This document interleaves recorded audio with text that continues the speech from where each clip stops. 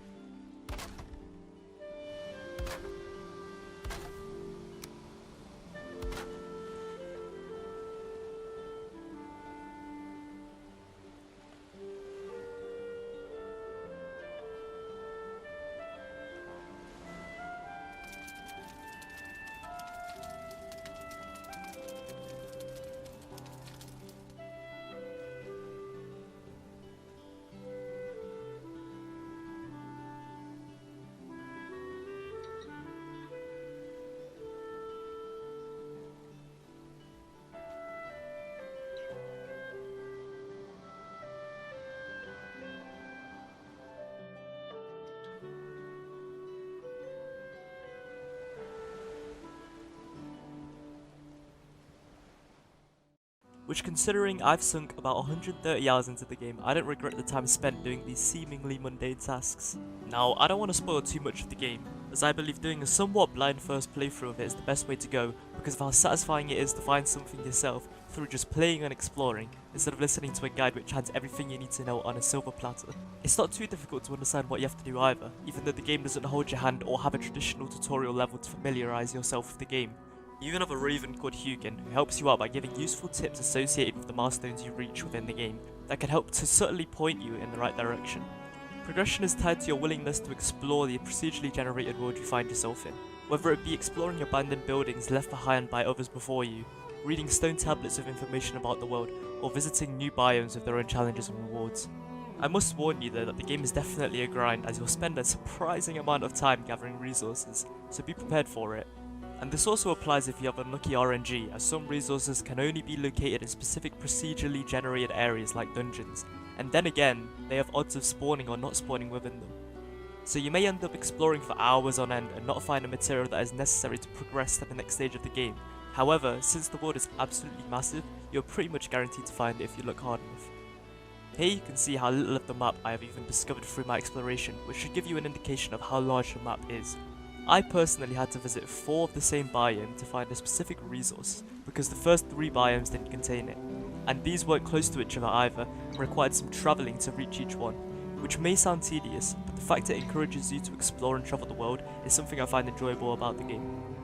You may think that putting this much effort into crafting the new tier of armour and weapons might be a waste of time. However, you can instantly feel how much stronger your character is, as you find the mobs that used to swarm you and almost kill you become nothing more than minor inconveniences. But don't think for a second that the game becomes easy at any point, as even when you have the strongest gear in the game, you can and will have near-death experiences when exploring certain biomes. Whilst doing all of this, you begin to level up your skills ranging from woodcutting to polearms, and they level up in a way similar to RuneScape, where the more you do a certain task, you gain experience for the respective skill, and when it levels up, you become more efficient at the task. This means that the action requires less stamina to perform and you do more damage if the skill involves dealing damage. Building is also a huge aspect of the game, because you will make a house that you yourself will be proud of, that can store your items and provide a place of rest during the night when the mobs begin to roam the lands. Just make sure you have some suitable defences for your house, like a wall around your perimeter. I won't tell you why, but you'll thank me later if you do set some up. I have made multiple buildings in my 130 hours played, so let me give you a little tour. Yo, what's up MTV cribs? Welcome to my crib.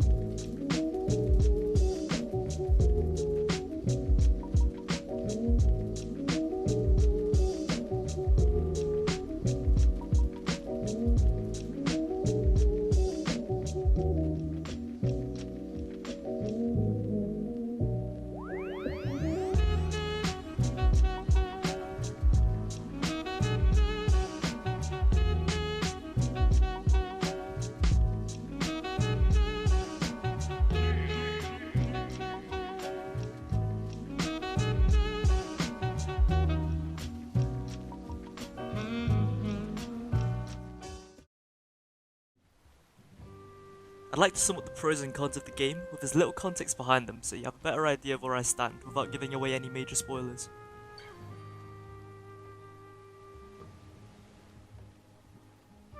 Massive procedurally generated world. Enjoyable bosses with their own unique soundtracks. Natural feeling progression system. Sailing on boats. Co-op mode. Yo. Only 1 GB large. Seriously, the whole game is only 1 GB. Different viable weapon types. Fun yet punishing gameplay. Enjoyable combat system.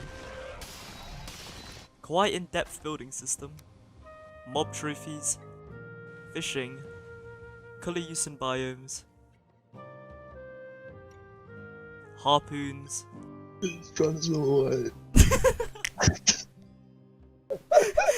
Portals. Carts. The baby table. Carbon monoxide poisoning. Carbon monoxide poisoning. Carbon monoxide poisoning.